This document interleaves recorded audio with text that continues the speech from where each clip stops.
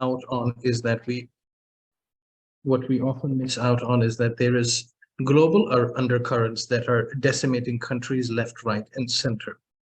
So as far as the debt economy in Pakistan goes, it is a product of deficits on two fronts, which I'm sure you all understand. There's the fiscal deficit and the current account deficit. So you don't earn as much in taxation as you give out in expenditures, and you don't export as much as you import. You understand that perfectly. But the problem, I think, is deeper than that right now because of the way society is structured. And we can go into that extensively.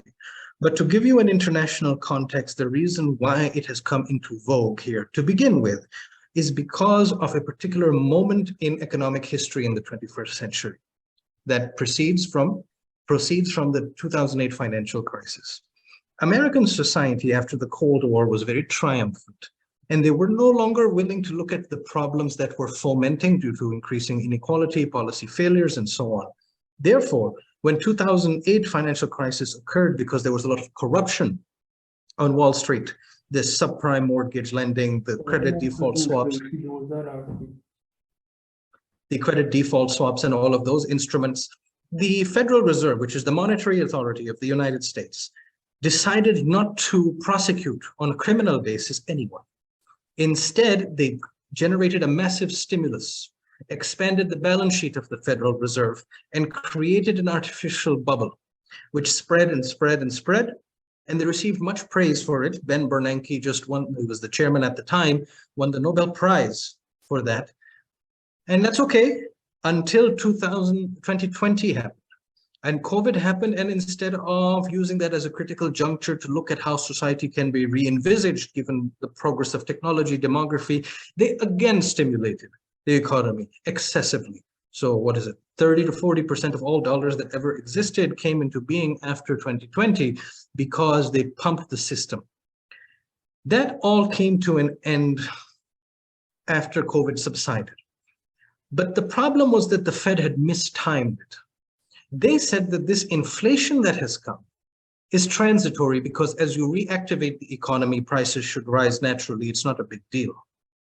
But they were not realizing that it was the 15 years prior of giving morphine to the economy nonstop without addressing the structure that had caused this bubble to begin with. They raised the interest rates so rapidly, it's unprecedented, and it has caused repercussions throughout. And we basically today are victims of that because you don't have to pick Pakistan. Egypt in 2022, there was a week in April where $20 billion fled the Egyptian economy, a big hole in their budget. You know well what is happening with Sri Lanka, I don't need to tell you. But the repercussions of this are not just on vulnerable emerging markets. It is also American financial system itself that is now rattling. There are two major banks that have gone bust in the last week, Silvergate and SVB, Silicon Valley Bank. Because the interest rates that have come so fast that there's deformities, and basically that is why what we were doing before, which is not ideal, but my fellow colleagues can tell you better about it, was not ideal, but it shouldn't be the death sentence for a society like ours that it is becoming if we default, or Sri Lanka defaulted. So the main agent in all of this pattern, this is something not talked about enough, but we are not a unique case. We are not an unusual case. All emerging markets are dealing with the dollar-denominated nature of the global economy and the fact that the Fed is incompetent and not willing to actually fix the American economy. And we're all paying a price for that. That's why I think the whole premise begins. Otherwise, what we were doing it the year before, we were doing it 40 years ago. That's not a death sentence, but now it has become a death sentence. So I would like you to think about that first, especially in the polarized environment in which our society finds itself. We play blame games, but keep in mind that this suffering is global and it's not caused by any person of color, I'll tell you that. Thank you. Thank you so much, Dr. Chauhan. I think that was a very comprehensive and open take on debt economy and you explored different dimensions like dollar domination, Federal Reserve's monopoly, and COVID-19, and how everything is connected and how that is impacting the situation in Pakistan. I think now I would move on to our second guest speaker with second question. My next question would be to Dr. Aslam Choudhary. Uh, Sir, whenever we diagnose a particular issue, we look out for its root cause and try to go back to history. So, what do you think are the multifaceted factors in Pakistan's history that led to its economy being debt-driven and consumption-oriented? Yeah, thank you very much. Actually, we started this work on debt in early 1980s when a cover story was published on the Pakistan and Gulf Economist. There are three papers which came out of a PIDE conference. And at that time, I published, which forecast was that Pakistan will default in year 2000. Thanks to God, we were close to default when we restructure the whole debt, and that is when we have nuclear, blast. And due to that, at the negotiations with the United States, they relaxed a little bit. And once he relaxed his conditions, then the whole world, I mean, all our donors also relaxed, and we scheduled with almost all the donors, and we get out of that time to default being a default. It is not that we are bad in managing the debt. We have a success stories and we have a failure stories. The question is just a matter of responsibility. Once we are forced and we feel a responsibility, we get out of it. Look at our 1960s when debt played a positive role. So here, let me mention, I think most of us know it, that why the debt we get, the debt theory is that, the three dimensions, you have a first phase, second phase, and third phase. And third phase, you repay the debt, but if you have for investment purposes. We do not have all the debt for investment purposes.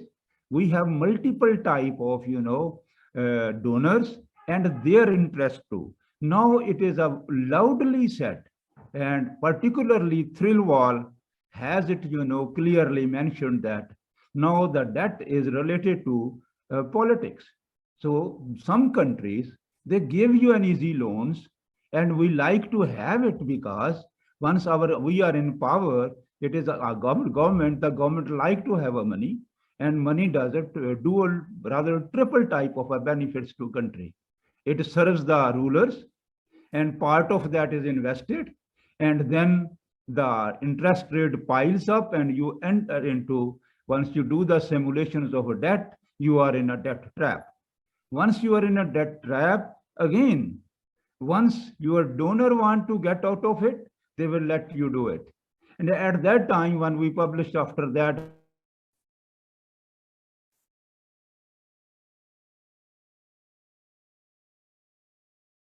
Dr. Aslam, we lost you there. We cannot hear you right now.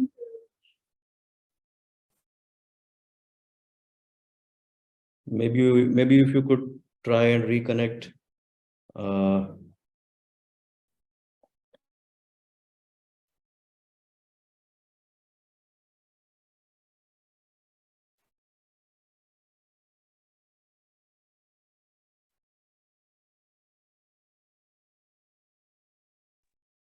All right, I think there is some connectivity issue with Dr. Muhammad Aslam. I think I would move on to next question, and then I'll give Dr. Aslam a chance once he connects back. My third question would be to Dr. Muhammad Ramzan Sheikh.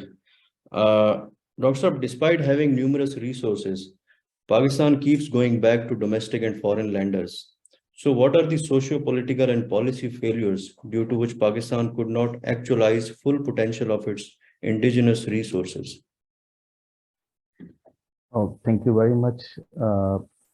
And it's very important question that you have put to me. That is, we have a resource-rich country, and we have all the things in our country, but having these resources, many resources we have, but we have to go to the lenders, or either that are the domestic lenders or the foreign lenders. So firstly, we must know that we live in the area where two powers are our neighbors. First one is India, and the second one is China. So China is 17 trillion dollar economy, and India is 3.1 trillion dollar economy, and Pakistan is a 1.5 trillion economy. So we couldn't come out of the debt trap since entering the first International Monetary Fund program in 1958. With a total of with a total of 22 IMF programs, Pakistan has stayed under the multilateral lender's shadow most of its independent life. And in contrast, India and Bangladesh have reached out to the IMF only 7 and 10 occasions respectively. So you can see that what is the difference. So we have gone 22 times, or we have run 22 IMF programs, but India has just 7 and 10, and Bangladesh has just 10. And if we see the historical overview of the GDP growth rate of Pakistan and India, you can see that between 1993 to 2020, Pakistan could achieve more than 6% GDP growth rate only for the 2 years, that is 2004 and 2005. But India's GDP growth exceed 6%, 6%, 18 times during the same period. So that shows they have the better, policies than us. So what we have, that is very important, and what are the socio-political failures due to which the Pakistan could not actualize its full potential of the indigenous resources. Firstly, we must know the what we have in the form of resources. So Pakistan is resource-rich country. Pakistan has diverse natural resources. Pakistan has mineral resources, agriculture, water resources, fisheries, livestock, energy resources, human resources, or even the tourist attractions. So these are the things which a country can imagine, and Pakistan is blessed with these resources. Pakistan is the home a variety of the minerals, including coal, gold, copper, silver, etc. And we have the significant reserves of the gas and petroleum. But the problem is to explore them and exploit them. And then we have the agriculture sector, and Pakistan's agriculture sector. Pakistani Punjab, Indian Punjab has been the breadwinner of the in the world. So, but nowadays we are importing wheat. We are importing agro-based products. So it's very much pity. Rather than exporting these products, rice, sugarcane, cotton, fruits, etc., we can have a much more foreign exchange reserves, but we are not focusing on that. Similarly, we have the what we have the water resources, we have the rivers, we have the coastal economy. There are many countries which are landlocked countries, but Allah Almighty has blessed us a coastal economy. So we have the resources, but we are not we are not exploiting the things. We can use the coastal line for this. This is the potential hub for fishing and seafood production. Similarly, livestock is very important. Pakistan has the potential. Energy resources. We have the wind. We have the solar system. But we are not using this. We are just producing. Major part of our energies has come from the hydro energy power. Similarly, we have a large and young labor force. Pakistan is one of the countries which has the largest young labor force in the world. But this young labor force is unskilled, unprofessional. We have not given the training to the people. This is our asset, but this is not being used properly. Again, the tourist attractions are there in Pakistan. historical sites, Mohenjo-daro, Taxila, and then we have the mountain ranges and many more things we have. But the question is, these are the possible resources, but what are the policy failures? That is the second question of second part of your question. That is actually consists of two things. One is the socio-political failures, and another one is the policy failures. So I would categorize the socio-political failures in six headings. The first one is political instability, then ethnic and sectarian conflicts, and then human rights abuses, gender inequality, poverty and inequality, and weak civil society. So these are the socio-political failures that our state has not achieved all these things with respect to the social and political linkages. The very first one is the political instability.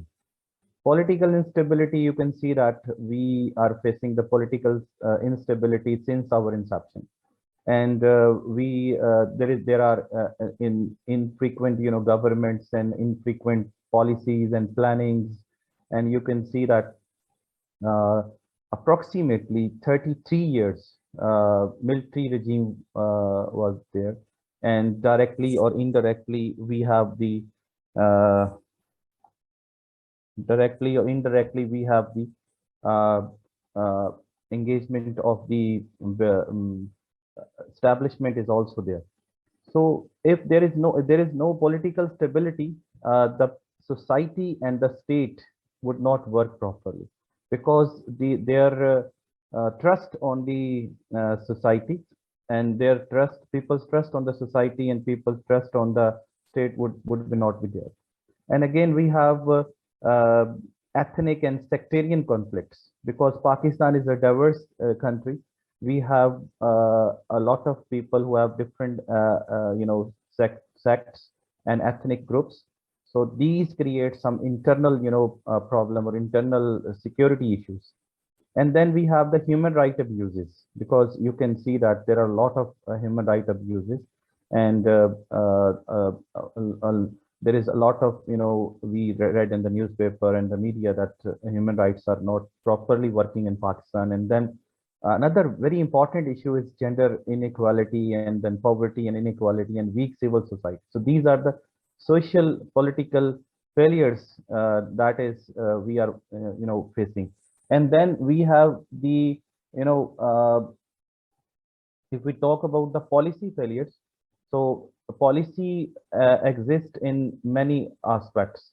For example, we talk about the policy with respect to education, energy, economic policy, security, governance, and then health policy. So we can talk about different policies.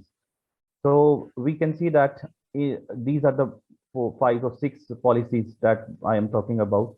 There may be many other policies as well, but uh, with respect to each and every policy, you can see that we are facing the failures. For example, so far we have not devised an effective education policy in case of Pakistan. Because there are a lot of reasons for that, why we have not devised effective education policy in case of Pakistan. And there are many reasons, and I think 4 or 5 reasons are very important. Number one is inadequate budgetary allocation. You can see from our budget that how much the government is spending on the education sector. You can see that from 1972 to 2019, on average, we are spending 2.6% of GDP, 2.6% of GDP on education, while the international benchmark is 4 to 6%. So you can see how we can progress, how we can, have the more economic development or sustainable economic development. Even we have inadequate budgetary allocation, and if you see decade-wise the government spending in 1970s, it has around 3.5% of GDP. In 1980s and 1990s, government is spending 1.9% of the GDP. And in 2000, that has much increased, that is 2.4%, and in 2010 decade, that is around 2.6% of GDP. So you can see that we are much below than the international benchmark of the spending on GDP. If you are not spending on education sectors, so your education policy would fail, because if there is inadequate budgetary allocation, so you would not have so much funds to invest the human being, or you have inadequate investment in infrastructure development and teacher training. Then we have the poor quality of education that results in the low literacy rate. And then we have the lack of access to the quality education. Many people have written on this, and Pervez Hoodbhai is one of them. You can read the articles of Pervez Hoodbhai. You can see that how he has pointed out the different problems of the education sector and how the education policy is not working in Pakistan. And we can see that the limited use of technology and innovative, teaching methods, gender disparities are also there in education sector. And we can see that 22.8 million children are out of school in Pakistan between the age group of 5 to 16.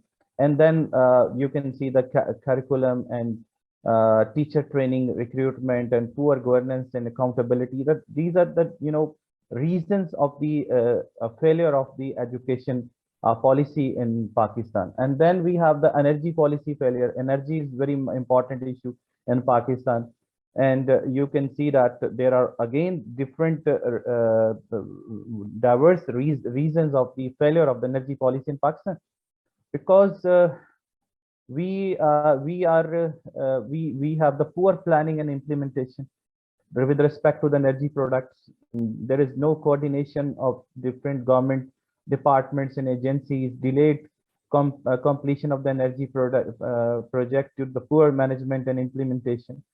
And then we have heavily reliance on the fossil fuels, particularly oil, gas, and that is just imported from the other countries. So we are not focusing on the exploration of the production of the indigenous resources, and then failure of the diversified energy mix and promote the renewable energy sources. We are not focusing on that. And then we have the inefficient and outdated infrastructure with respect to the power generation, transmission, and distribution. That creates the problem, and we are not in a position to solve the issues. And another issue of the circular with respect to the energy is that is the circular debt. And you can see that the circular debt is around I think 2.6 trillion Pakistani rupees, or 16.5 billion in US dollar in 2022. So that is the significant burden on the economy, political interference and corruption, and there is a lack of long-term vision and strategy. And same you can see in other policies as well, that with respect to the economic policies, because economic policies have not been able to tackle the issues like inflation, unemployment, and poverty. Again, the main reason behind the economic policy failure is again the political instability, corruption, low tax base, poor infrastructure, shadow economy. This is a very important point. Shadow economy, undocumented economy we have. If we don't have the documented economy, we can't devise the policies that are related to each and every sector. And again, limited human capital and external factors, poor infrastructure. So a lot of reasons are also there for this. And then you can see the another security policy. Pakistan has just given the security policy in the regime of Imran Khan. Dr. So we don't. If I please may request you to limit your response, because we are a little short on time. Just 2 minutes more. We have again the security policy failures due to the terrorism and extremism, in insufficient resources, political instability, corruption, border security, sectarian, tensions, and drug trafficking. And then you can see the governance issues.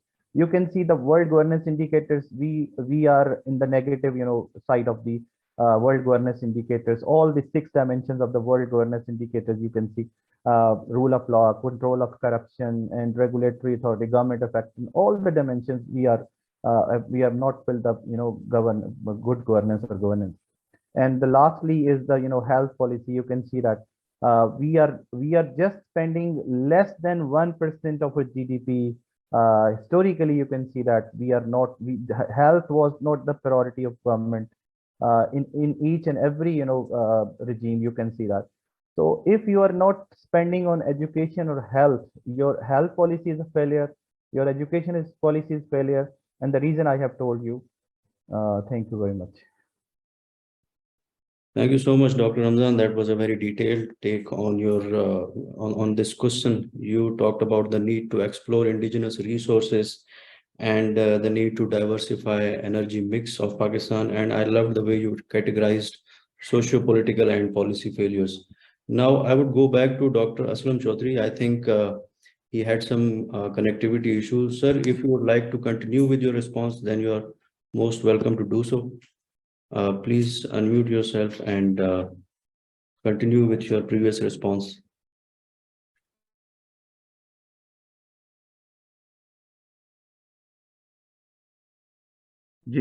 Sorry for that. Once we are having electric system all on that, so these things do happen. So I am back. So that is one of the indicator. Once you are dependent economy, so these things do happen. But thanks God that it is recovered very soon. So let me go with more solid type of with evidence. It is not all that we were always bad and our political instability and failure was not there. We were very good in certain eras. And again, once we did not manage it well. As Dr. Ramzan has mentioned, we have a resources. Almost many people say that we have a resources. More than the resources, the problem is of its management in some eras. Let me tell you, just repeat that, in the 1960s, some developing countries like Korea and other were, they're copying us due to our success. So that was a model case of significant contribution of foreign debt into our economy. The dams we build, the agriculture we develop, the industry we have, relations with the international. It was that era. Once we have a growth over 6%, sometime over 7% for some years, and our debt was around 25% of GDP, and debt servicing were around 2%. So we were adding to our per capita income almost 4 to 5%, and we did very well. And that was also because of a debt, but at that time, the debt was for investment purposes. And our donor was, particularly the USA, was very nice. They gave us a technical support, and they also helped us. One floor of the planning commission was with the advisors from the US, like Dr. Papanek and others. So we have a very good story too. And thereafter, our debt did not increase more than 40% up to 1975-76. And thereafter, the fall started and mismanagement started. In early 80s, 81, 82, our debt, domestic and foreign, reached to 70% of our GDP. And that was the time, again, we need, go back to the IMF, and we have again a program with them, and we successfully completed that program too. And again, it came down to an optimum level, rather let me say it a sustainable level of 26% up to year 2000. Again, after the year 2000, in around 8-9, we again started to pile up a debt. And now the nature of the debt has been changed. It is more of a consumption oriented rather than investment, or we started borrowing for repayment of the debt. That is a debt, trap once you are, and it is hard for you to get out of it. And it was around 8-9. We have 46% of our GDP, or of a total debt into the economy, and we were again in trouble. And thereafter, it was hard for us to manage. And today, I think most of us all know it, that our debt is more than 90% of GDP. And there are only 3 countries in the world which are close to us, and rest of the world is almost half than us of a debt servicing and debt burden. And only Sri Lanka was having more interpreted than us, and it has already defaulted. And we are next to them, we are very close to. Their debt was even more than 90%, and we have reached there too, right now. So what is the problem there? That is, most of the time when debt is sweeping, we have almost in 1990-91, the decade lost the 90s, our deficit was more than 8%. Same was again 9-10, around 6%, again 12-13, 8%, and now again our deficit is more than 7%. Why this deficit goes up so high? The reason is, once the governments are not responsible, the fiscal policy is not responsible, the fiscal system is not responsible. So then they are going to do that. Once they get a debt easy, they like to have it. And where they spend it, not that development, hardly 9 to 10% of the total is for development purposes. And now we are borrowing to repay the debt. And that is generally a debt trap country when it is in the problem. While I highlighted this one, let me tell you that a part of the problem, the management problem, is on the part of the public sector. Like, let us say, still today, we are not able to, tap the business sector. We failure again and again and again not to, exploit resources from there. Our government revenue never crossed, 13% of the GDP, and presently I think it is even around 10-11%. But see, when we tried in the last previous government, it reached over 13%. So the potential is there, and all what was done was that the previous government brought a new, taxpayers into the net, and not that much of a taxes were increased like it is being done in the present era. Now the net is not increasing. Already who is indebted or who are already paying the taxes, they are, taxed more and more, and that is not where you can survive and tap the resources. And that's where dishonesty and corruption starts, So management system also goes on the part of industries. Like, let's say, while we have a member of the WTO, and now we know the WTO has failed, and we decreased our tariff system so much that we have on average now around 5-6% tariff on our, trade. And that is too low, more than what WTO asked to us. I don't know what was wrong with us to do that. We have a success story when we have, substitution of industries, and we have protected industries. I know the liberals will be criticizing this, but you have example of a success. Developing country, how it can, infant industries can, compete with the developed countries. That's a simple, a very strong argument. So we need to have some protection at least, then we can manage it. So you have a deficit, how much? Or more than $30 billion in our foreign sector balance of payment. I mean, how could you manage it? It is almost impossible to do that. So you have imports of over than $60 billion. Your exports are now gone even lower than the $30 billion. This gap of 35 billion, where from it has to come? Even how much you can explore the debt resources. The day comes, and it is now, that even the donors and even friends all refuse to, help us out. So our industry failure is that structural adjustment program was done successfully in the 80s, and we improved our exports and improved our revenue to some extent. But now what is happening in the industrial sector? While we have a tariff rate very low, so non-tariff barriers are there, which are all in the benefit of large industries, which we developed in the 1960s. These industries benefit, and they are getting rich and rich and rich. See, just in the bank profits that is sweeping. Even in the time of the crisis, country is in crisis. Same goes with the industries, which need this, they have been overprotected with the non-tariff barriers.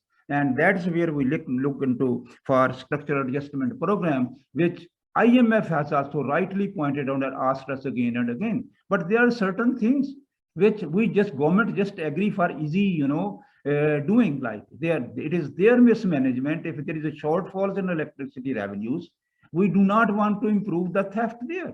What we want to do is just increase the rates. That's where we need to, pay attention. I will not go into the many things, Dr. Ramzan has mentioned the failures on different aspects. I will not go into that. The question is, what to do with it. We have worked on it and it works very well, but that is not that hard. We have to first, pay attention to our domestic economy and how we can do that.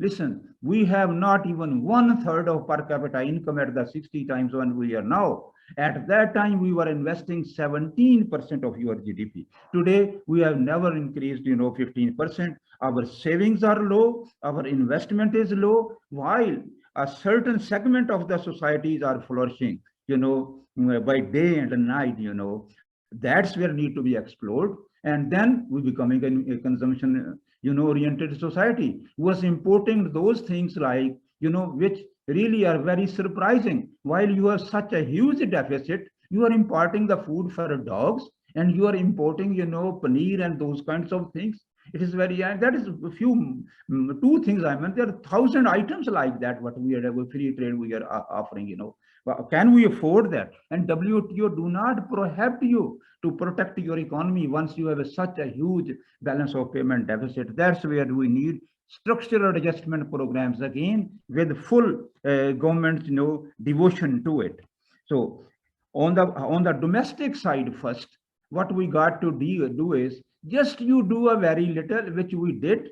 I'm saying once we achieved in the 1960s, why we cannot achieve it now? I have a prescription, very simple prescription, which will be very successful. If you just increase your savings by 2% than what we have now, you increase your export just by 3% of the present level, you increase your revenue up to 15%. We have again and again and targets and failures because we are not sincere to do it. Where we want to tap those, different segments, we are not unable to do that. They are powerful segments. You can tax them, right? They flatly refuse to pay the taxes. You tax the shops. You are not able to do it. You take it back. But who are the poor? Indirect taxes, that we are going to very happy to do it, because that is the middle class and poor people who are hit with that. So, and more than that, so you just increase 2 to 3% of your domestic resources. See, in the previous government, 1.5% of the GDP was increased from the previous level, the government revenue. Why we cannot go to 2%? It is not that difficult task. And similarly, well, I said that you need to cut down. There is no other choice than that one. We have to reschedule our debt and bring it back to, like we did in 2000. And where we have it, more than 40-45% of GDP, it was gone down to just, 20-25%. And we can do it too. We have to cut down at least 50% of our debt with the rescheduling, and that will give you a breathing space, not a solution. You need at time a breathing space for it. Once you get that, then with this domestic policies, you can reduce your debt, foreign and domestic, almost to around to 40% of GDP. So you are again to stability. You did not completely solve the problem, but you have handled the problem, you have managed the problem, and you are not that much dependent. Thank you. Thank you so much, Dr. Aslam Choudhary. I think the most important thing is that you have been very close to policy circles and power corridors. So you have a first-hand observation of what is going on, and you traced the economic history and history of debt very well. We need to pay attention to some of the prescriptions that you put forward. And now I would like to go back to Dr. Usman Chohan. And in the meanwhile, I would just like to mention that everybody from different walks of life is here. I hope everything is going well with you and you are learning from this, stellar and highly experienced panel of guest speakers. So if you have any questions in mind, kindly keep them noted. We'll give you a chance to ask your questions. So kindly be with us. I'll just go back to Dr. Usman Chohan. Sir, firstly, if you have any reflections on what the previous speaker said, you can briefly discuss those. But the question for you would be that Pakistan has resorted to IMF so many times for financial stabilization. Why do you think stabilization does not lead to economic growth? And is there a need to find alternative to a neoliberal model for Pakistan's economic governance? Thank you very much. Yes, I fully agree with the two dear speakers. All of their prescriptions are correct. What you end up with as a conclusion is that everything that we do in our economy, we do wrong. You literally do everything the opposite and you'll be on the right path. You start from your fiscal policy to your monetary to your every single part of it can be the opposite. And I'll tell you, the problem is that our fundamental crises are 18th century problems. So you just need 19th century solutions. Taxation, and that's a bit of an understatement because even the Mughal Subedar would get his tax. Wouldn't have tax chori back then. So in a sense, it was even better back then. Now my biggest concern is how prepared we would be for the 21st century. The premises of our remedies are also 20th century, unfortunately, which is, for example, that we focus a great deal on revamping the manufacturing sector, which is to say that you give them cheaper energy, you don't put an undue burden on the industry alone, you invest in the human capital of the workers, you provide incentives for export, you look at your tariff policy. That's all good, but the fundamental factors of production will be different later in the century. The most important decision for investors will not be the labor cost, which was the main driver of the late 20th century. The biggest driver will actually be transport, because robotics and all of that will do the manufacturing. You actually don't need many people in factories 70 years from now, 40 years from now. Transport means that you will have to be dealing with the markets near you. Poland will have an advantage over Pakistan exporting to Germany. That is where the regional connectivity comes in. And that is where jumping into the digital economy in a sincere way would matter. But then again, that's where human capital and cultural factors come in. We have the lowest or among the lowest rates of women entrepreneurship in the world. We simply don't give them an environment to feel secure and innovate. A general culture of freedom in our society is also too low to be able to explore things that would leapfrog us into where we are at. I know everybody here knows about ChatGPT and generative AI and all of these new things coming. Basically, we are witness to history, but we're not able to impact history. We're just standby observers. And this is extremely unfortunate because of the importance and size of our country. This is the 5th biggest country in the world. That means that it automatically, just by the law of large numbers, produces people of exceptional talent in superior numbers. And then we don't offer them the system. So now you have 1 crore Pakistanis living abroad. If that is the case, then you should mobilize them. That is the best alternative to the IMF, is Pakistanis investing. But generally, people living abroad, missing their homeland, invest here and they get, how should I put it politely? They get swindled, you see, and they also invest in things like real estate, which are not productive sectors. This is where the consumption-based growth that my 2 other colleagues were talking about is most important. That's a cultural factor. Because we are so busy trying to one-up our neighbors, we don't think about investing in investment specifically. That is to say, productive, generating outcome areas. Consumption, even in a good year like we had during COVID, and you had 6% growth or something, you had 92% of that was consumption, which includes the import component of that, because I saw a far more Kia Sportages, or let's say vehicles of that class, but I wasn't seeing enough investment in the industry. And part of the reason that we suffer is because we haven't had policy continuity and a long-term orientation. And on the long-term orientation, my biggest concern is that a new generation is coming of age. Our demographic pyramid is so steep that there aren't enough opportunities for them to be absorbed into a decent labor force or in any activity. If that is the case, then you have to give them enough freedom to create their own opportunities, freedom of capital, freedom of access to other forms of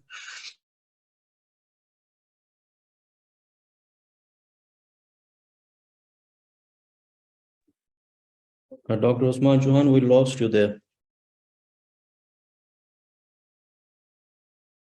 You are not audible, sir.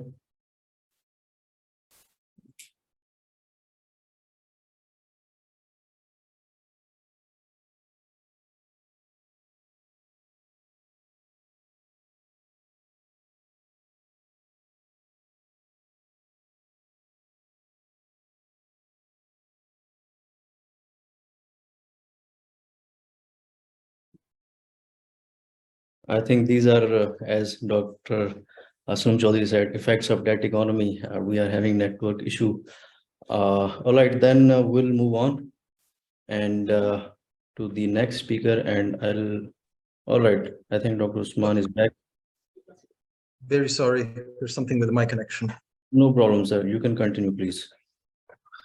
So as I see it, we require that policy continuity to usher in a new generation, which will lead us into the 21st century. Too much time has been lost. There are examples, as Dr. Aslam mentioned, from the 80s of us restructuring debt, but the best alternative to the IMF is your own capital. It's staggering the amount of money that the overseas Pakistanis have, but they're not facilitated enough to be able to invest. And of course, they have their own politics.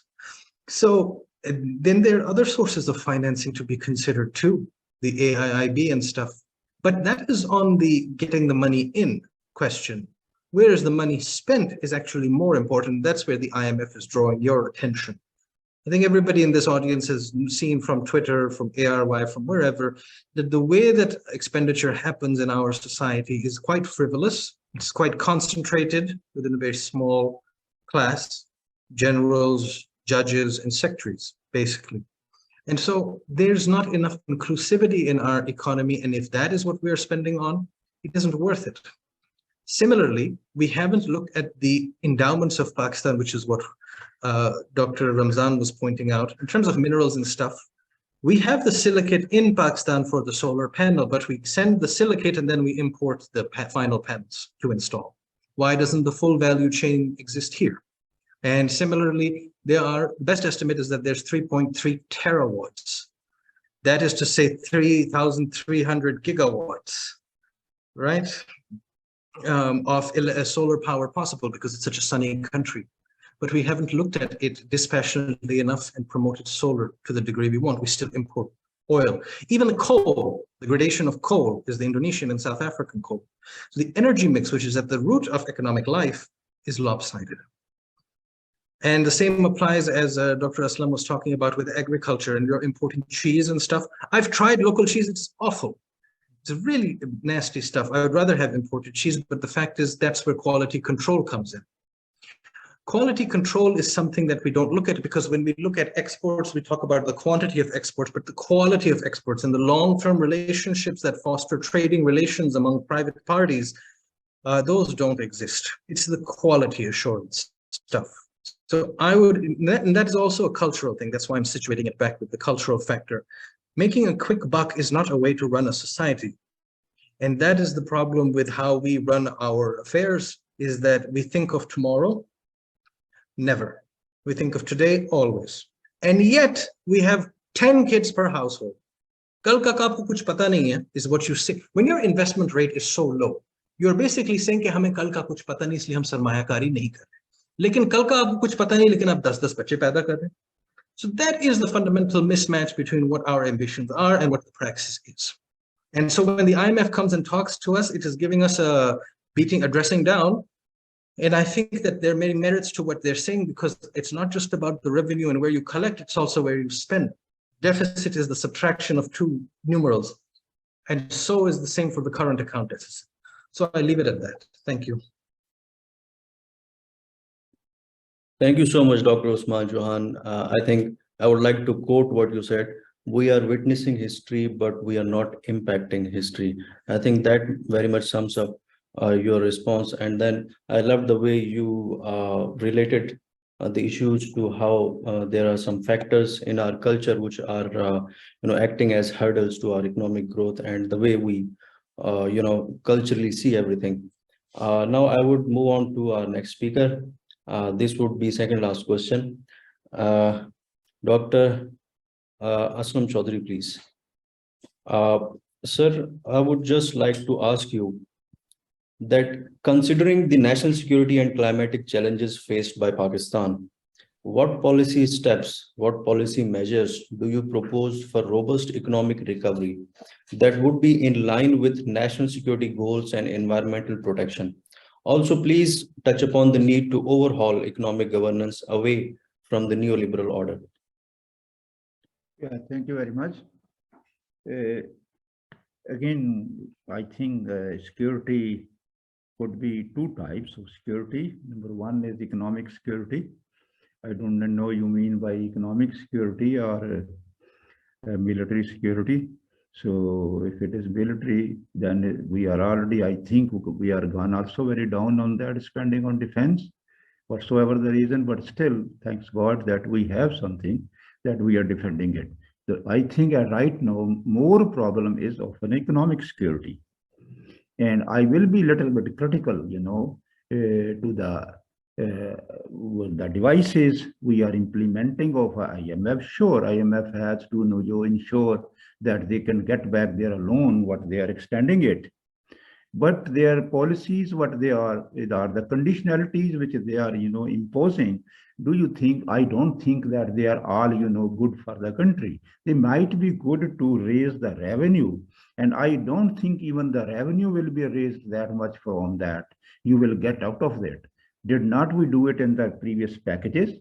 Again, the packages again and again the same, increase the utility rates, but we do not concentrate. Why IMF do not impose a condition that Pakistan should go for the losses, whatever energy losses we have, the inefficiencies we have, in all rental power plants.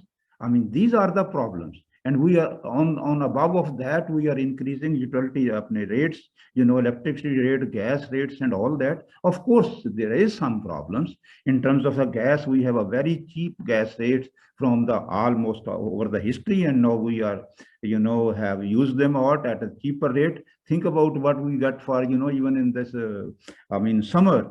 Now the rates are quite 3 times higher. Still, what we spend on the alternative energy, are they compatible to gas rates? It is not. But these conditionalities where 40% people are below poverty, can they afford 34 rupees per unit of electricity?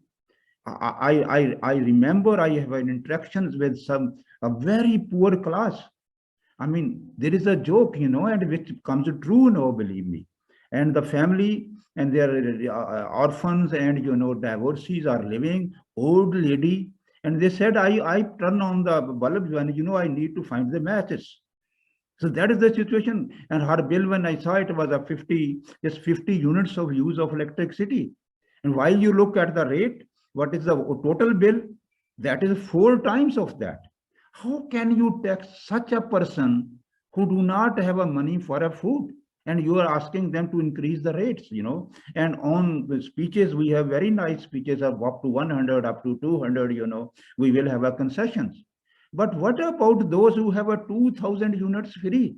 That's where you need to look into. 4,000 units free, 3 to 4 big vehicles free, 2 to 3 servants free. I mean, why you do not stop those things, Is there right to have these all concessions? And again, once there is a theft of electricity, what a wonderful rules we have. Impose the bill who are paying the bill. I mean, why, don't IMF know it? IMF know it all, But that is where ruining your economy more. It is not making us to repay the debt what they want to ensure. It is making us more dependent, And we are getting more closer to default in terms of our society is being ruined because of that. The poverty is increasing, and you keep on increasing these things, the condition. You can increase the energy prices, and you can have a 150 rupees per liter, tax on it. Why? The reason is that, you cannot have alternative exploration. You are a failure. The group you want to, tap from there, the revenue, you do not tax them. Why IMF do not impose that, put a tax on rich? Where we have 1 acre, 2 acre houses, luxury and farmhouses, and on, 5-6 Pajaros, the fortunes and all that. And all of them, they get rid of it. You can tax them, Even before the budget, I remember, just I will like to repeat, while, Mahbubul Haq was, finance minister, he just imposed 10 rupees extra tax on business. And, he tried hard. Ultimately, the case went to 1 day before the budget to the head of the state, and businessmen said that, no, we are not going to pay even, because you are making 100. Can you pay 5 if not 10 rupees? They said, no, we cannot pay even 5 for that. So you can tax that. Even Mahbubul Haq failed, if we say quota, because if the rulers do not want it, that's where the fault lies. And for time being, time management, bureaucracy is wonderful in managing the, short-term management. You tell them the problem, no, they will solve it up till the evening. And next day, problem will come with the double force of it, But at the point, it is very efficient. Okay. So same is all that. Where is our debt management, office? Remember? And the same, my friend, Dr. Ashfaq was DG of that. Did the debt decrease at that time? The question is, once the case is going there, and it was the first time that we were, bound to have any debt to be approved from the cabinet, National Assembly. But does it anything change? No. Once you have your political elite like that, they don't know what is going on, and then they just, you approve whatever it comes, then what difference does it make? You have a debt management, you have a elected government. I do not know, everybody will support it, elected government, So then these things will continue. So that is a political crisis which comes, and that creates economic crisis. And now we are at the edge of it, and we have no choice, but we have to do something with that. But otherwise, we are going to default. So the prescriptions I gave, let me tie up one more with that. Problem is not just generation of revenue. The problem is this, what I mentioned it right now, controlling the government expenditure. They are increasing more rapidly as compared to increasing your revenue. So you have to control on that. I mean, think about it. You could have a so big cabinet. I remember, it is a joke. Please take it as a joke. One of our previous chief minister, he has a joke now. He said, see, all the, rich peoples and who are the robbers whatsoever, in the next month, Ramzan is coming up. They will be praying. From Pakistan, planes will be going for Umrah, and they will be going for Hajj, on whose money? That poor woman's money, who she is paying, for 50 units, 4,000 bill, That's where we need to look into. First, we should, fix our domestic economy. Then we must pay attention to donors. As I told you, it is not hidden secret now, I told you, I will repeat it again. Look at the Threlwal. He and even from some cases from the veteran authors, they pinpoint the cases where debt is given to you just to enjoy it, and that is a political debt, to get their political benefits. So we have to do something about it. And right now we are suffering from that too. Why you cannot import oil from Iran? Your whole oil problem is solved. I think our previous government is suffering from that because they visited, Russia. So these problems are there. So you have to manage it. What I mean, say, one of the speaker was saying, we must have international relations on the right side. We have to manage internationally, we have to manage domestically, and go diplomatically. Through that, we are not managing it well. Thank you. Thank you so much, Dr. Aslam Choudhary. I think that was a very critical and comprehensive take on the question that I posed. As you mentioned, one class is having all the privileges and benefits while the majority is suffering from heavy burden of taxes and inflation. And there's something very interesting that you highlighted. You posed a question that if IMF is able to dictate our economic policy, then why is it not imposing taxes on the rich? I think that that's something that needs to be explored further. Now, I have one last question from our third speaker, Dr. Muhammad Ramzan Sheikh. Dr. Sheikh, I would just like to ask, I would just like to highlight one thing, that there is a transition and disruption underway in global politics and international economy on different walks of life in different sectors of society. So what do you think Pakistan can do to make the most of its economic diplomacy and ensure maximum gains in the face of global challenges? Dr. Sheikh, please. Yes, before answering this question, I would endorse the comments given by Dr. Muhammad Aslam Choudhary and Dr. Usman. They are very right that I think Dr. Aslam Choudhary is an authority on foreign debt and domestic debt. I have read many articles of Dr. Aslam Choudhary. And this is, I want to give one compliment to him, that I want to be his student, but unfortunately, I wouldn't be his student. But I am, getting much of his books and his articles, and it is my privilege to talk with him, and along with Dr. Usman. He's also very well in, in his area.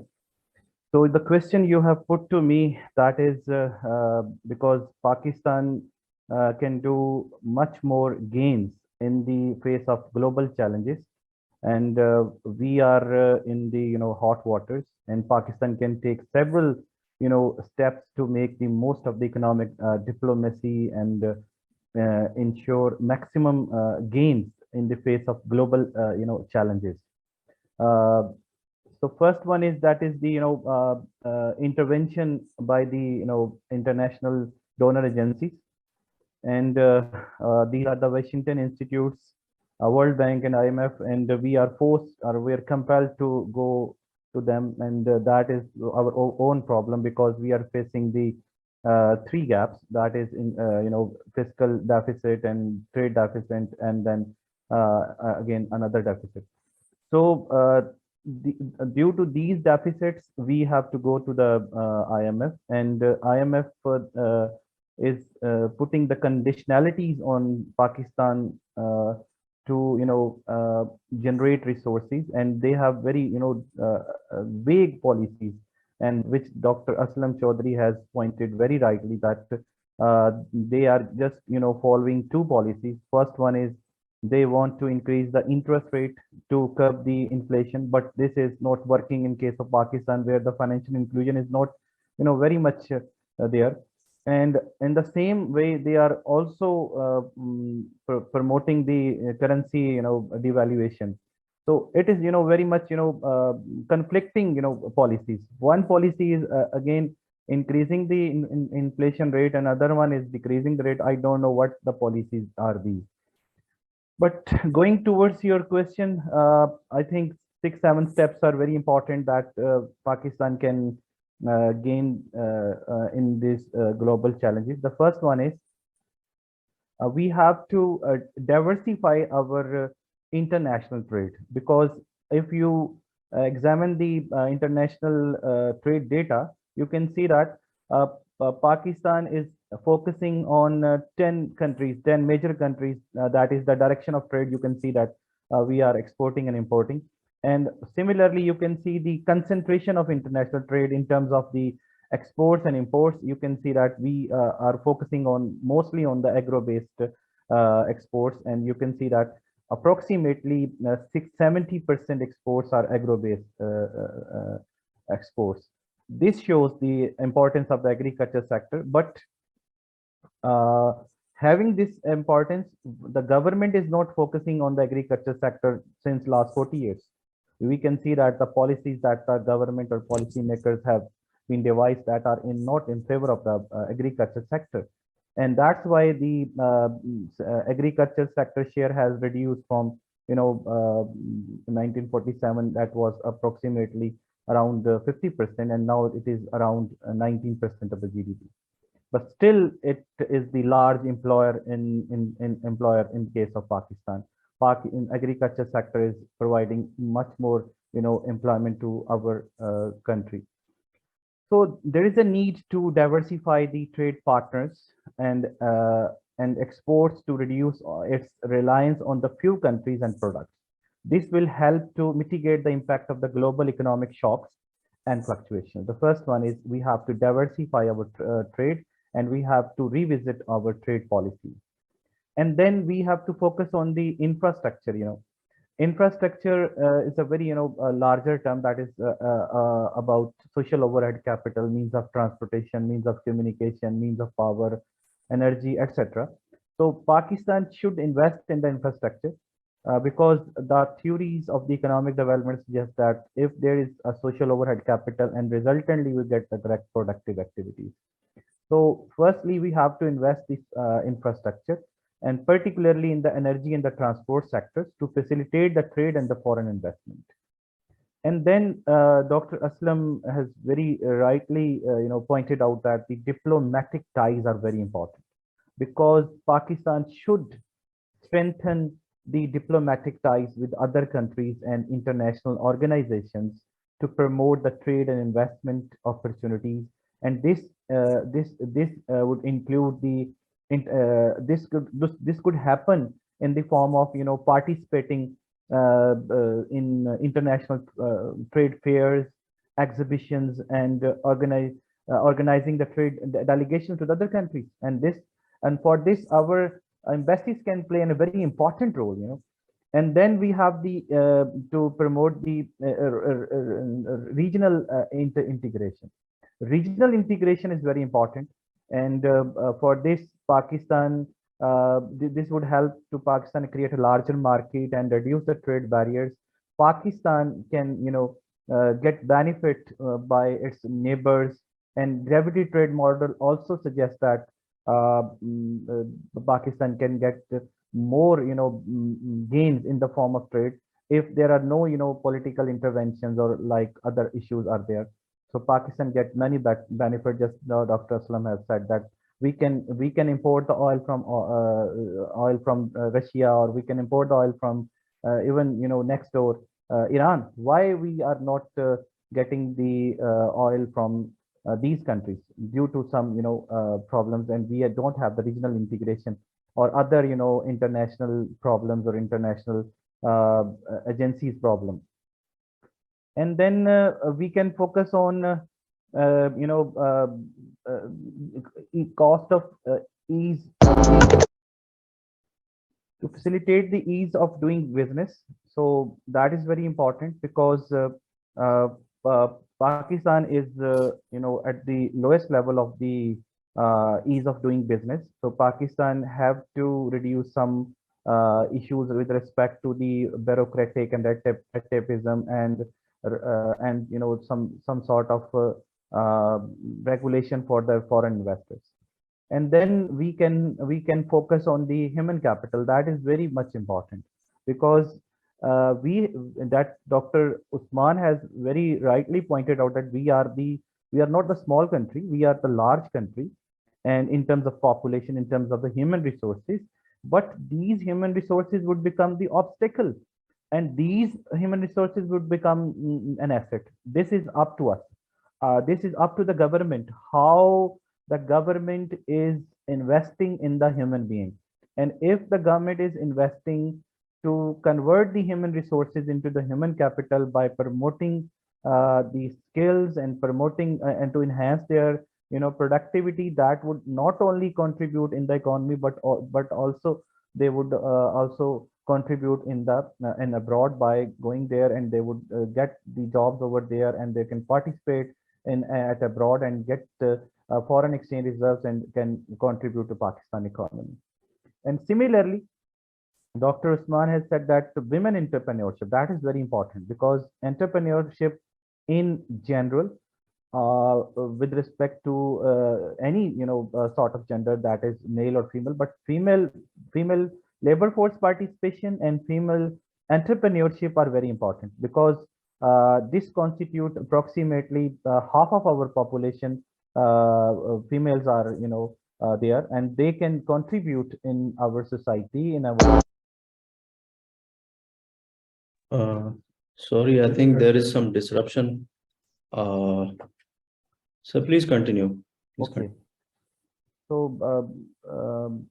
this is somehow we can Pakistan should a proactive and strategic approach to economic diplomacy and work towards the creating a favorable environment for trade and investment, and require sustained this will require sustained efforts over the long term, and a commitment to implement the policies that promote economic growth and development. Thank you very much. Thank you so much, Dr. Muhammad Rizwan. I apologize everyone for that disruption. These things happen. This is a digital platform, so we are making everything to ensure that these things do not happen again. That is the end of our first phase of this webinar. And now we would move on to the second phase, which is an interactive discussion. If anyone of you has any question, then please come forward and raise your hand so that you could ask the question. Also, please introduce yourself and also mention the name of the guest speaker that your question is directed to.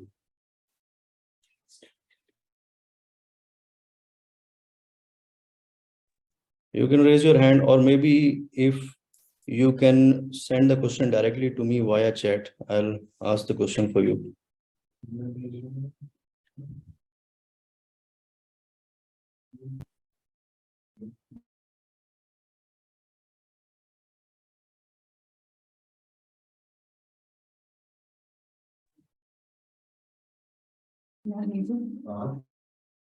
Yes, please. Sohail Ahmed.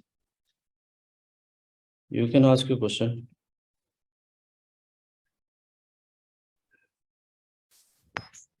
अस्सलाम वालेकुम sir. Sir मेरा question doctor Ramzan से है।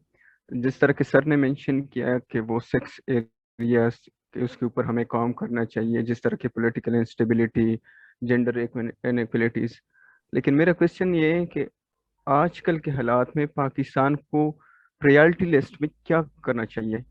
What should be the priority?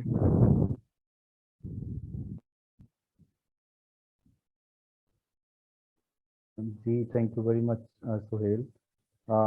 The question is, listen, there are two important pillars that we must focus. The first pillar is the economic pillar, and the second pillar is of the political pillar.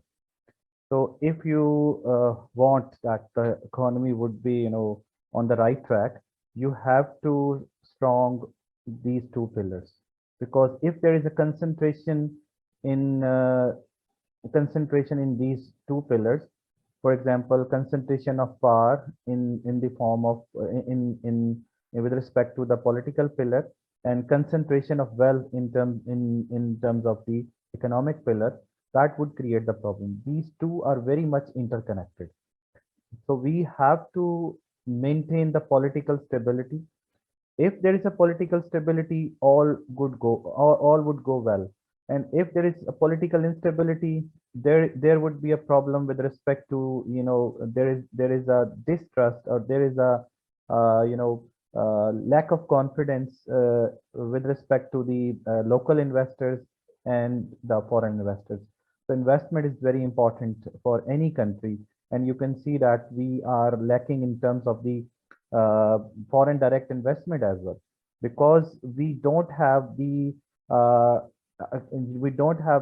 stable political system. Because once there is a change in the government, there is a change in the policies as well, because people consider that the new government would come, and there would be a new chef, and he or she would cook a new curry, and that would be beneficial or not. That creates a problem for them, and there would be a new tax policy, there would be a new government spending policy with respect to the subsidies and all this. There would be new environmental policy, or if there is a continuation of the policies, no matter what the government is there. So here the problem is the new government comes and put the blame on the others and having a new policy, and that policy is not working well, and that policy is in the process, and the government is changed.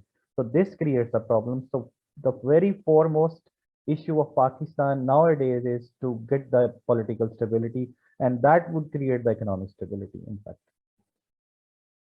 Thank you very much. Thank you so much, sir, for your response. Hikmat Ali has a question. Please unmute yourself and ask your question. Also, please mention the guest speaker that you want to pose your question to. जी अस्सलाम वालेकुम sir, मेरा नाम हिकमत है, MPhil economics कर रहा हूँ। मेरा क्वेश्चन सर ओस्मान साहब से है। जैसे कि सर ओस्मान साहब ने अपने डिस्कशन के शुरू में कहा था कि ग्लोबलाइजेशन की वजह से उसका एक इम्पैक्ट पड़ रहा है पाकिस्तान के ऊपर। We are not in isolation, तो एक ग्लोबलाइजेशन वर्ल्ड है जिसकी वजह से हम पे इम्पैक्ट हो रहा है। तो मेरा क्वेश्चन ये मैं पूछना चाहता हूँ कि इस पाकिस्तान स्पेशल केस की जिसकी वजह से ग्लोबलाइजेशन उसको नेगेटिवली इम्पैक्ट कर रहा है। हालांकि हम अगर रीजनल लिहाज से देखें तो बांग्लादेश भी एक टाइम पे रिसर्च सेंटर समझा जाता था, जो प्रैक्टिस उसके ऊपर किया जाता था कि ऐसा कंट्री जिसके पास कुछ भी नहीं है, ना मैन पावर है, ना रिसोर्सेज हैं इतने ज्यादा। तो हर कोई यही समझ रहा था कि ये डिफॉल्ट करेगा इन 1980s और अर्ली 90s में। तो अब पाकिस्तान के ऊपर ये नेगेटिवली क्यों इम्पैक्ट कर रहा है, और बाकी जो कंट्रीज हैं, इंडिया को हम देखते हैं या बांग्लादेश को देखते हैं या बाकी रीजनल कंट्रीज को देखते हैं, तो वो फ्लोरिश कर रहे हैं और हम जो है पीछे की तरफ जा रहे हैं। तो सर ओस्मान साहब से मेरा क्वेश्चन है। Thank you. बहुत शुक्रिया हिकमत साहब। बहुत मुनासिब सा सवाल है कि हमें क्यों इतना बड़ा झटका लग रहा है और लोगों को क्यों नहीं लग रहा, दूसरी कौमों को क्यों नहीं लग रहा। दर हकीकत कम से कम 40-45 ऐसे ममालिक हैं जिनको झटका लग गया है या लग रहा है, लेकिन हम उनकी तरफ ध्यान नहीं देते क्योंकि हमारे दायरा फिक्र में सिर्फ अमेरिका आता है, चाइना आता है और भारत आता है, बस। मैं आपको मिसाल दे सकता हूँ पेरू की, लुबनान की, श्रीलंका की, अर्जेंटाइन की, कोलंबिया की। मतलब वो एक बहुत लंबी और तवील फहरस्त है जिसमें इतने सारे ममालिक की शुमार होते हैं। और बुनियादी तौर पे इनका ये मसला है कि इनके पास इतने the immediate problem is that they don't have enough dollars on hand to cover the shifting prices of commodities in a commodity super cycle. बस इतनी सी बात है। जब हम सब मिलके काम करते हैं तो बड़ा जबरदस्त काम करते हैं पाकिस्तान में। और उसकी अभी एक मिसाल ये थी कि कोविड-19 में हम किस बुलंद सतह पे खड़े थे और नीचे देख रहे थे अमेरिका, ब्राजील और भारत को और इटली और फ्रांस को, because it was a whole of government and whole of society effort. And no matter how illiterate we were, we used the scientific basis of solving problems in society. This is why Sir Ramzan, Dr. Ramzan Sheikh Saab's point is very important, that politics has gotten in the way, and all of his points are accurate.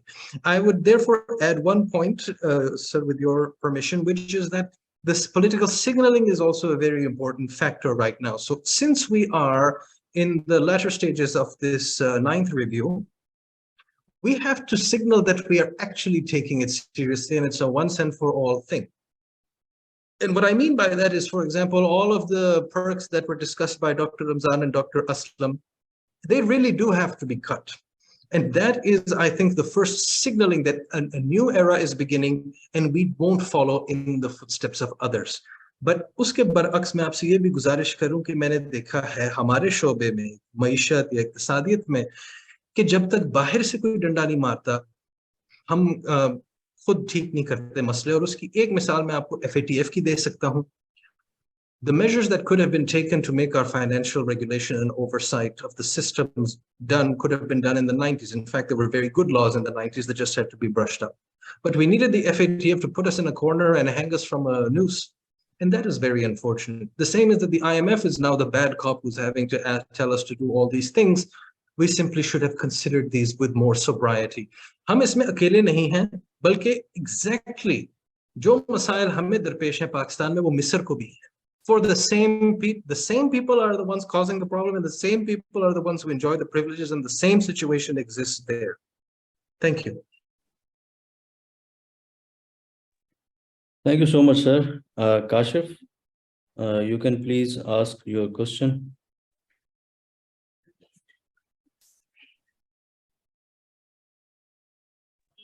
अस्सलाम वालेकुम, आवाज आ रही sir? वालेकुम सलाम। जी जी। अच्छा sir, मेरा question ये है कि हमें आज जो है डॉलर की शॉर्टेज है, डेट का भी क्राइसिस है, और हमारे जो है डेफिसिट के भी इश्यूज है ना। तो और दूसरी जो बड़ा प्रॉब्लम जो सबसे बड़ा रहा है हमारा हिस्ट्री के अंदर, बिगर एंड इनएफिशिएंट गवर्नमेंट, जो आज भी है पहले भी रही है।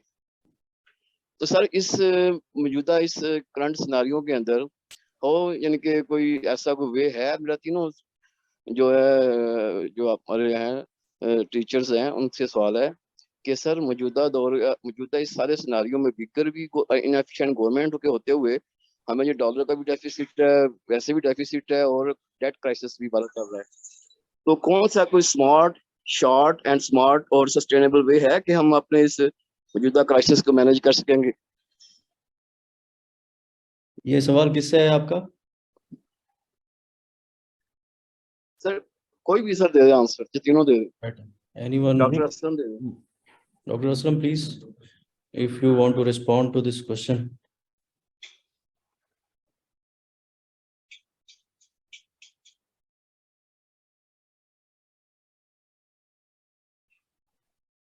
Dr. Aslam, are you here with us?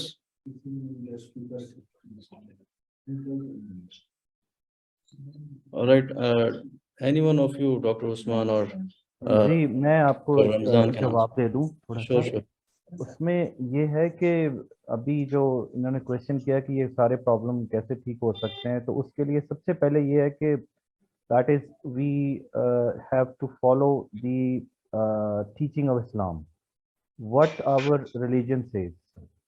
हम लोग जो है वो कंजम्पशन ओरिएंटेड सोसाइटी बन चुके हैं, जैसे डॉक्टर उस्मान ने बताया। तो जब तक हम अपना कंजम्पशन को due to the demonstration of fact we are compelled to do so, because हम ये दिखाना चाहते हैं लोगों को कि हम लेस डेवलप्ड कंट्री की कॉमन कैरेक्टरिस्टिक में ये बात होती है कि वो शो ऑफ करते हैं कि जी हम भी आप जैसे ही हैं डेवलप्ड कंट्रीज की तरह। तो हमने देखे हमारा इंपोर्ट बिल कहाँ तक हम ले गए हैं। तो ये वो एक्सपेंडिचर हैं जो कि हमारा आम जो बंदा है वो तो नहीं कर रहा है ना, जो लोग कर रहे हैं वही कर रहे हैं। तो एक्चुअली प्रॉब्लम ये है कि कंजम्पशन में हमें इस्लाम ये बताता है कि ना तो ज़्यादा इतना फजूल खर्च बने और ना ही आप जो है वो इतने बुखील बने। तो middle way is the right way. लेकिन हमारी सोसाइटी जो है उसके अंदर एक ये चीज़ आ चुकी है कि हमने अपनी कंजम्पशन जो है वो बहुत ज़्यादा बढ़ा ली है, अपनी एक्सपेंडिचर जो है बहुत ज़्यादा कर ली है। तो उसको थोड़ा सा कर्टेल करना पड़ेगा और अपने आप को अपने जो है ना चादर देख के जिसे कहते हैं पाँव फैलाने चाहिए, तो उसके मुताबिक करना पड़ेगा। नंबर वन तो हमें अपने एक्सपेंडिचर्स को मिनिमाइज करना पड़ेगा, और ये जो हमारे इकोनॉमिक एजेंट्स हैं, for example house hold level पे भी ऐसा करना पड़ेगा, बिजनेसेस लेवल पे भी करना पड़ेगा, जो अनप्रोडक्टिव एक्सपेंडिचर्स हैं उनको मिनिमाइज करना पड़ेगा, और गवर्नमेंट लेवल पे भी ऐसा करना पड़ेगा कि गवर्नमेंट के भी जो अनप्रोडक्टिव एक्सपेंडिचर्स हैं उनको मिनिमम, ताकि ये जो डेफिसिट्स हैं हर लिहाज से, चाहे वो फिजिकल डेफिसिट हैं या वो आम जो प्राइवेट सेक्टर के जो है वो डेफिसिट्स हैं उनको मिनिमाइज किया जा सके। ताकि देखें जिस मुल्क की कमोडिटी की डिमांड होती है उस मुल्क की करेंसी की भी डिमांड होती है, ठीक है ना। आपके मुल्क की करेंसी की डिमांड जो है that is the derive demand. आपके यहाँ डॉलर की डिमांड क्यों है? That is artificial demand. या वो स्पेकुलेशन के अंदर जा रही हैं चीज़ें, या वो स्मगल हो रही है डॉलर, या फिर आपके मुल्क के अंदर जो है वो एक्सचेंज रेट जो है वो उसको उसके इश्यूज आ रहे हैं, जो कि पहले ठीक था कि हमारे जैसे 2019 तक जो था हमने manage flexible exchange rate system था, तो वो हमारे लिए वही बेहतर है जिसमें हम मैनेज कर सकें चीज़ों को। तो ये जो freely floating exchange rate system है ये हमारे मुल्क के लिए कंपैटिबल ही नहीं है। और दूसरा जो है वो यानी ये हमें अपनी साइड पे ये चीज़ें देखनी है इंडिविजुअली। आप देखें कि हमारे मुल्क के अंदर जैसे जो है वो बहुत सारे मुल्क ऐसे हैं जहाँ पर जो है वो सूरज की रोशनी इतनी नहीं है, लेकिन हमारे यहाँ माशाल्लाह सूरज की रोशनी भी अल्लाह ताला ने दी हुई है। और हम उठते सुबह 11-12 बजे हैं, 1 बजे दुकानें खोलते हैं और रात को 12 बजे तक दुकानें खुली रखते हैं। तो ये हमें सोचने की ज़रूरत है ना कि हमारा अगर हम ये 6 बजे दुकानें, मैं यूके रहा हूँ तो वहाँ पे मैंने देखा है कि वो 5-6 बजे दुकानें बंद हो जाती हैं। बस सिंपल कुछ जो मेन स्टोर होते हैं वो ओपन होते हैं। क्या उनके लिए कोई कमी थी? नहीं। लेकिन वो यहाँ पर जो है हम अपने जो सोलर है उसको प्रॉपरली, जो सूरज की रोशनी है उसको प्रॉपरली डे लाइट को यूज ही नहीं कर रहे। और कम से कम अगर ऐसा कर लें, यानी जिस तरह से हुक्म है कि जी जब आप फजर की नमाज पढ़ लें तो आप अपने रिस्क के लिए निकल खड़े हों, तो हम तो सोए हुए होते हैं, फजर की नमाज भी क्या पढ़ें, तो सोए होते हैं उस वक्त। और उस वक्त और फिर हम वो रात 12 बजे तक चलाई रखते हैं अपनी दुकानों को भी। तो उसकी देखें $3 बिलियन के करीब जो है वो आपकी सेविंग होती है अगर हम रात शाम को जो है 5-6 बजे दुकानें बंद कर दें। सुबह जल्दी खोल लें दुकानें, इसमें क्या हर्ज है, तो आपको मैनेज करना है ना चीज़ों को। तो मैनेजमेंट की जा सकती है, लेकिन फिर अगर हम ऐसा करते हैं तो आपको पता है कि यहाँ पर लोग जो हैं वो फिर उस पर उतर आते हैं, ट्रेड यूनियंस आ जाती हैं कि जी हम ऐसा नहीं करने देंगे। तो उनको भी सोचने की ज़रूरत है कि ये हमारा मुल्क है, हमने ही इसको लेके चलना है। अगर इसके मसाइल को अगर हम अपना मसाइल नहीं समझेंगे तो कैसे हम इन चीज़ों से बाहर आ सकते हैं। तो बिजनेसेस को भी अपने रोल प्ले करना पड़ेगा, गवर्नमेंट को भी अपना रोल प्ले करना पड़ेगा, और इंडिविजुअल्स को भी अपना रोल प्ले करना पड़ेगा। और उसमें एक ही चीज़ है कि हम चीज़ों को मैनेज करें, कफ़ायतशारी से काम लें, और और जिस जिस जगह पे हो सकता है अपनी जो है वो कंट्रीब्यूशन दें अपनी इकॉनमी को बेहतर करने के लिए, और करप्शन ना करें। जो हमारी रिस्पॉन्सिबिलिटीज़ हमें असाइन की गई हैं वो रिस्पॉन्सिबिलिटीज़ बेहतर तरीके से, एहसन तरीके से सर अंजाम दें। तो मेरा नहीं ख्याल कि हम इन चीज़ों से बाहर आ सकते हैं, आसानी से आ सकते हैं, कोई इतना बड़ा इशू नहीं है। Thank you. Thank you so much, sir. I just received a question in the chat, and I would like Dr. Usman to answer to that. How can Pakistan, the question is from Adila Ahmed, how can Pakistan maintain a competitive edge over rivals like India in the age of technological determinism by integrating new development technologies into the context of countries' economic data?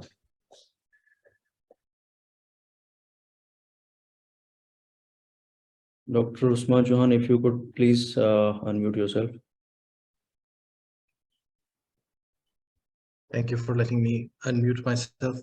I will address this as well as another question that was posited by Shanila, which was that there should be an equilibrium between population and investment. How do we go about this?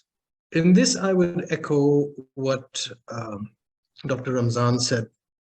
You see, in Islam, having children is not a right.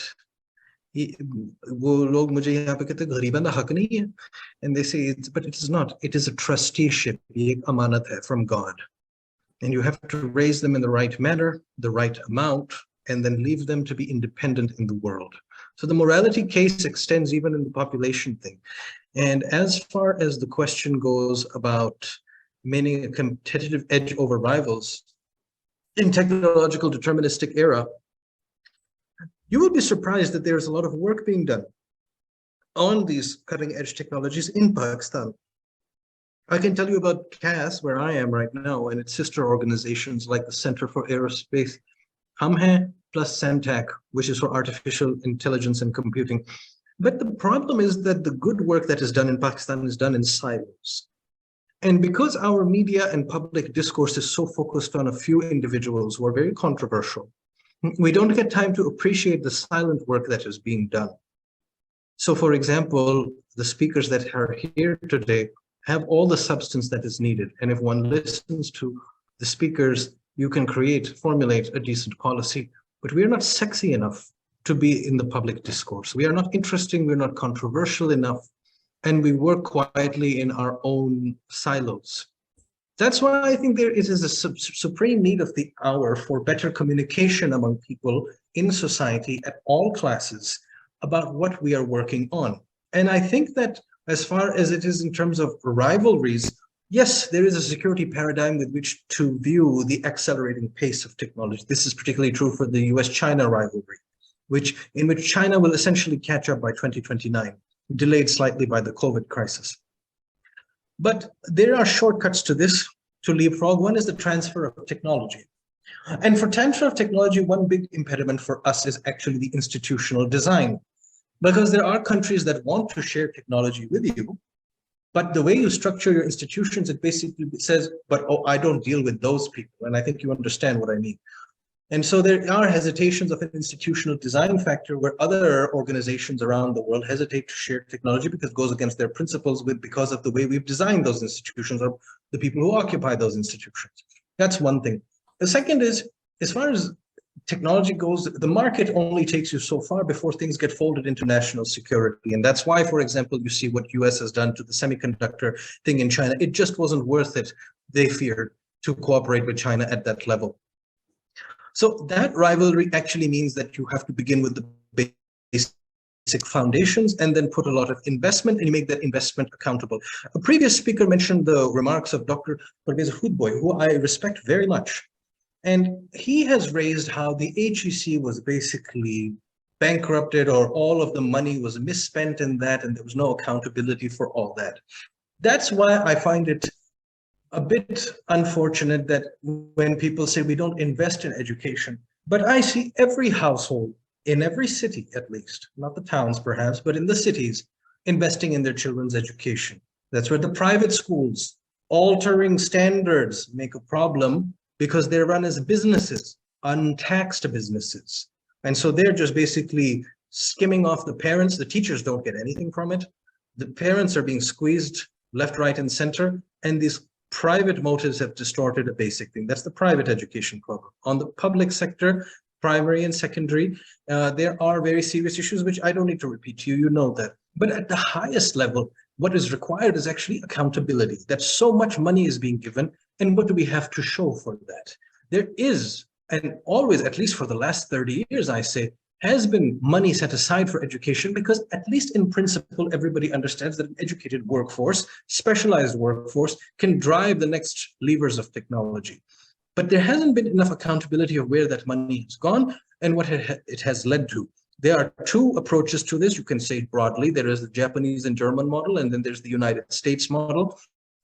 The United States model has a few very good universities, and the rest of the colleges are just for kids to party and then get into debt. I don't care about that. But the very good universities have the best professors and the highest ranks.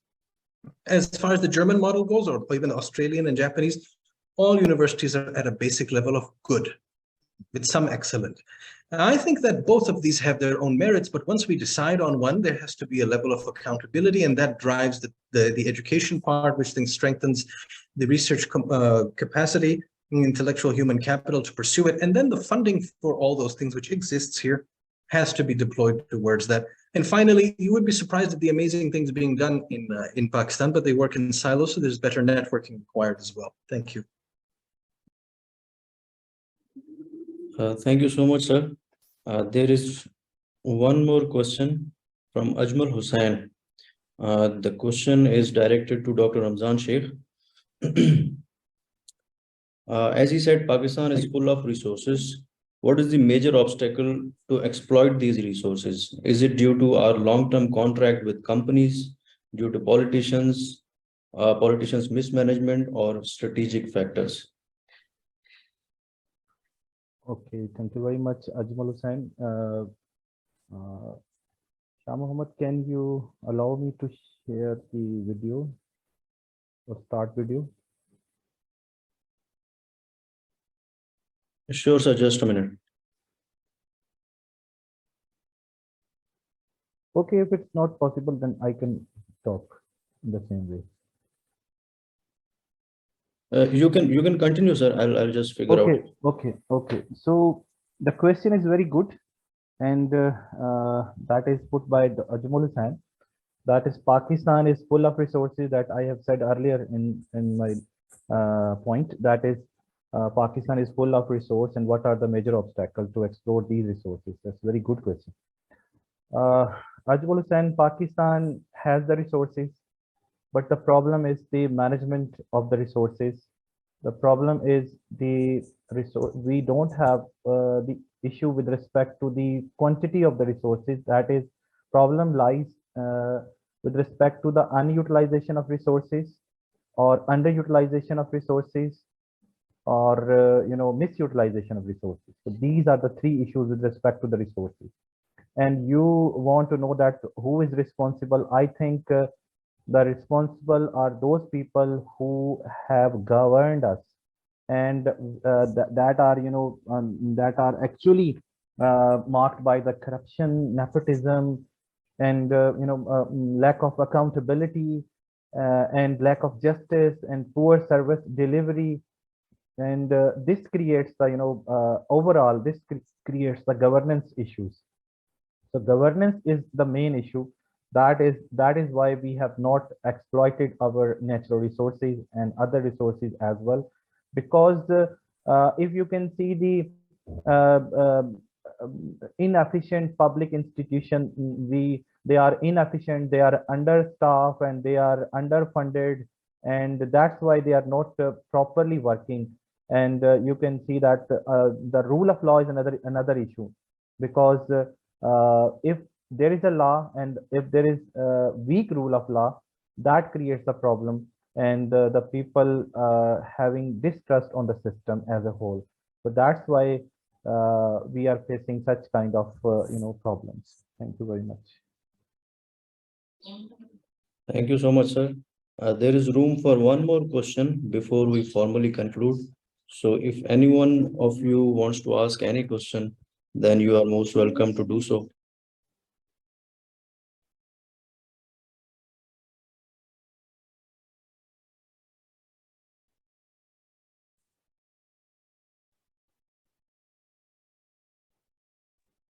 I have just received a question for Dr. Usman Chohan. The question is from Rizwan Ahmed.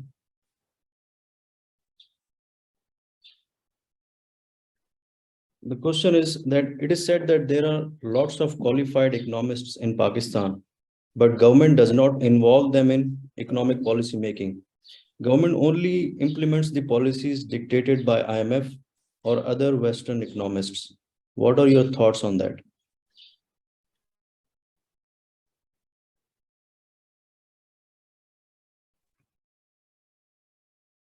Thank you very much.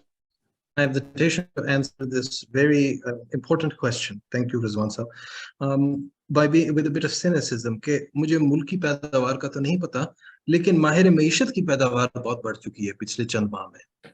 And everybody is a pundit these days, and sadly, not everybody that is occupying the airwaves has had the sort of rigor that, for example, my two colleagues have had in terms of training and what you as students are getting in your classrooms.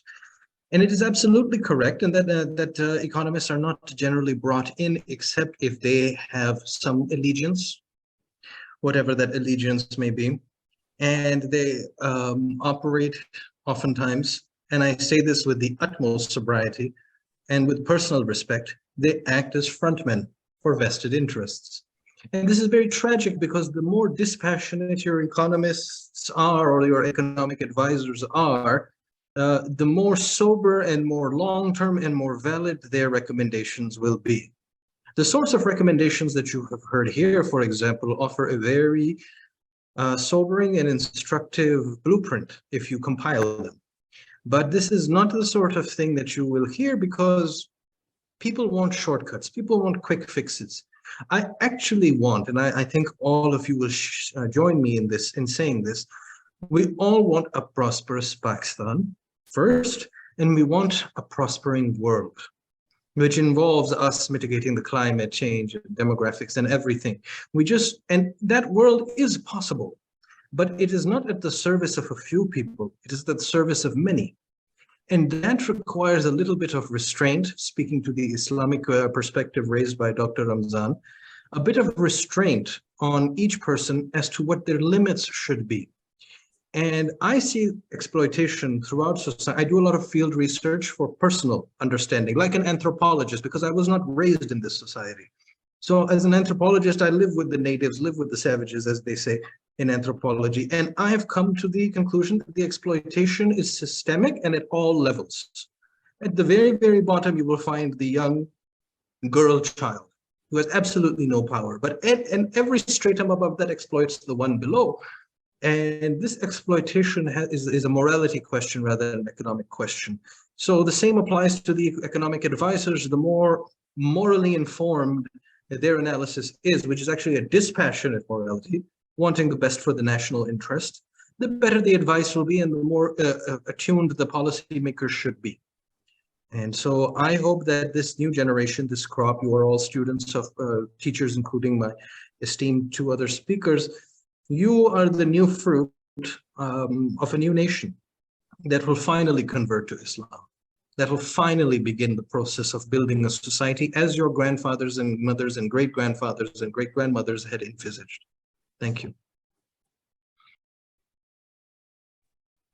Thank you so much, Dr. Usman Chohan. I think that was very inspiring, especially those last words.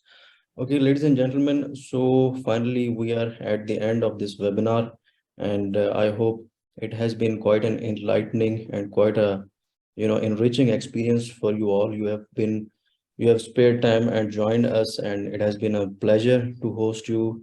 And I would especially like to thank all the guest speakers, Dr. Usman Chohan, Dr. Muhammad Ramzan Sheikh, and Dr. Muhammad Aslam Choudhary, who is not here with us because he had some connectivity issue. So thank you so much once again. And I would just like to bring this to your notice that we'll also be publishing a report on this webinar that would be shared widely. We'll also share that especially with our guest speakers and also the participants. So please stay tuned to the Truth International. And we are looking forward to more engagements because we have some more exciting events and activities that are going to come in the future. So once again, thank you so much. And God bless you all. Thank you very much.